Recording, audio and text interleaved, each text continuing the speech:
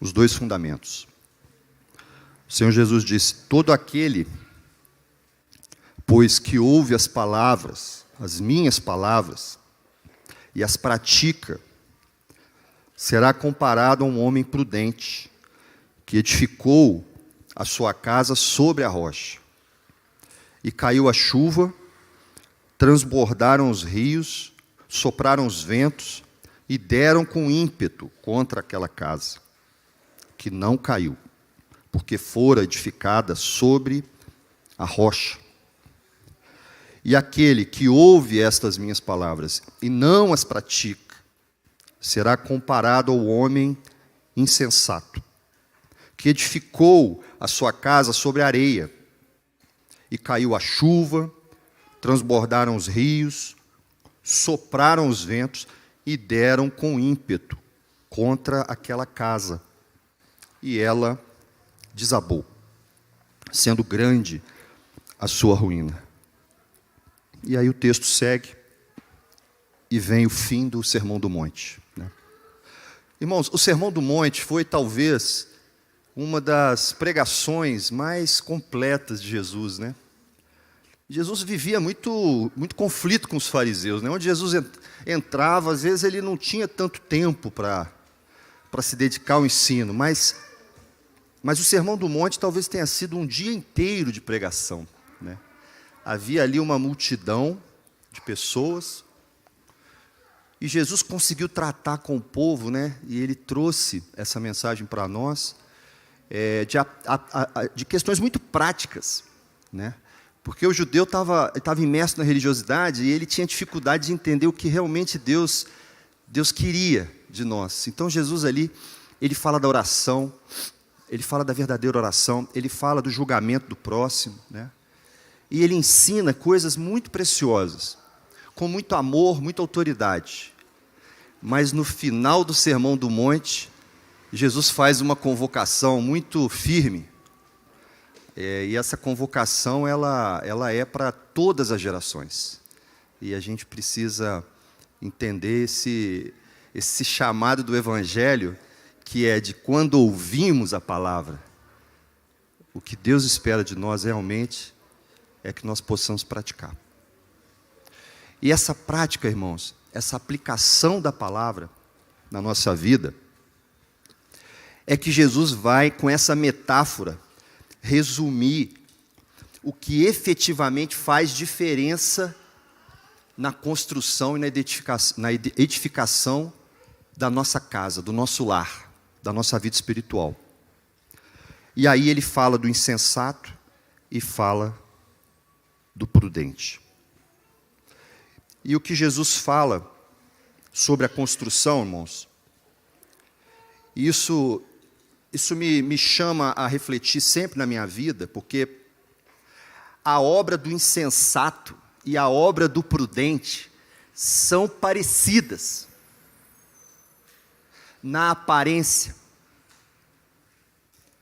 Nem sempre se distingue tão facilmente a obra que alguém vem fazendo e edificando na sua vida, na sua casa, à luz de quem vê por fora, se esse está construindo com sabedoria, ou se ele está construindo como um tolo. Quando você vê uma casa bem feita, hoje em dia tem arquiteturas modernas, né? Você vê as casas hoje um pouco diferentes das antigas, né? Os telhados coloniais antigamente hoje já não estão muito mais em moda, né? As pessoas estão mudando o tempo todo e as casas vão sendo construídas. Você vê uma casa muito bonita por fora e por dentro muito bem mobiliada. E aparentemente uma obra assim pode nos parecer que quem a fez esteja fazendo com sabedoria. Mas Jesus, ele está fazendo um chamado a nós observarmos o fundamento da nossa construção. Porque nesses tempos difíceis, irmãos, nós precisamos nos concentrar no fundamento da nossa fé. Nós precisamos, como Paulo falou, da obediência da fé. Porque a fé é o firme fundamento. A justificação vem pela fé. A nossa salvação é pela fé, não pelas obras. Mas a construção e a edificação da nossa casa, Jesus está dizendo, vai ser vista pela prática. A aplicação do Evangelho na nossa vida. Tem que se refletir no nosso dia a dia, nas pequenas coisas, na aplicação de cada pequena coisa que a gente lê, que a gente estuda. A gente vem à igreja e todo domingo o Senhor nos dá uma pequena palavra, ou uma grande palavra, e nós temos a semana para praticar. Irmãos, nós que temos filhos, nós que temos família, nós que somos casados, nós precisamos praticar diariamente dentro da nossa casa os princípios e os fundamentos do Evangelho. Nós precisamos exercitar com o nosso cônjuge, nós precisamos na educação dos nossos filhos, nós precisamos praticar aquilo que Jesus ensina. Porque toda a edificação da nossa casa estará sobre esse fundamento. O que os nossos filhos precisam é ver um esposo e uma esposa que praticam o Evangelho. Esse é o maior legado que nós podemos dar aos nossos filhos. Os nossos filhos não devem estar no centro da nossa família. Isso tem acontecido hoje. Pais, casamentos que geram filhos e os filhos passam a estar no centro. E os pais orbitam em torno das crianças, em torno do desenvolvimento das crianças, tudo no centro das crianças. Não, as crianças não são o centro da família. O casamento é o centro da família. Os filhos vêm depois. E os filhos precisam ver os pais, os cônjuges, sendo marido, mulher, sendo discípulo, discípula, praticando, vivendo. São essas as pequenas coisas que formam a base da nossa casa. Então nós temos que, de fato, tomar posição. Primeiro, irmãos, eu posso falar, eu estou chegando à igreja, mas eu sei que esse é um desafio comum. Nós primeiro precisamos firmar a nossa fé. Tem muitos que ainda não firmaram a fé. Tem muitos que vêm à igreja, que estão na igreja, que conhecem o Senhor, mas não firmou a fé. Ainda não entregou a confiança no Senhor. Sem fé é impossível nós construirmos e edificarmos a nossa vida. É impossível. Nós não vamos praticar a obediência da fé, que Paulo fala, se nossa fé não é essa fé confiante, essa fé que entrega a nossa vida. E eu quero deixar essa palavra, irmãos, de prática das pequenas coisas. Se eu pudesse deixar um conselho, que é o que eu tenho tentado aplicar na minha vida, eu acho que é uma das virtudes mais difíceis e mais valiosas relacionadas ao amor. Tanto é que Paulo, na carta de Coríntios, quando ele vai definir amor, ele fala sobre amor é paciente.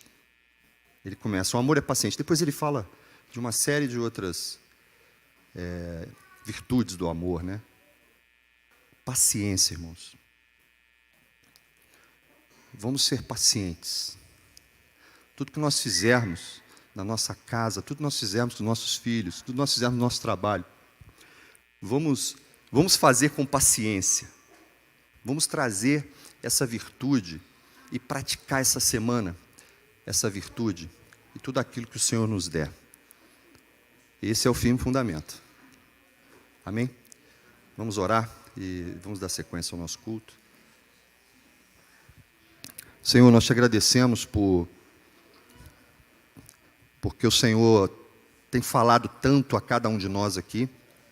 Muitas são as suas palavras, Senhor. Muitas têm sido as tentativas e as investidas do Senhor, do Teu Espírito, para com cada um de nós aqui, Pai, desde que nascemos, Alguns estão aqui na igreja desde que nasceram, Senhor. Outros se achegaram como nós aqui há pouco. Mas há muito tempo o Senhor tem falado conosco, Pai. O Senhor tem nos ensinado os teus princípios e os teus fundamentos, Pai. Ajuda-nos a compreender a tua palavra, Deus, e a zelar pela prática da tua palavra todos os dias, a cada momento. Senhor, na nossa casa, principalmente, no nosso trabalho, na nossa vizinhança, com os nossos familiares, Senhor. Dá-nos esse zelo, Pai, dá-nos essa preocupação, essa disciplina, Deus, de construir, edificar a nossa família sobre a rocha, que é Cristo, Senhor, mas aqui o Senhor está dizendo que a rocha é a palavra viva praticada por cada um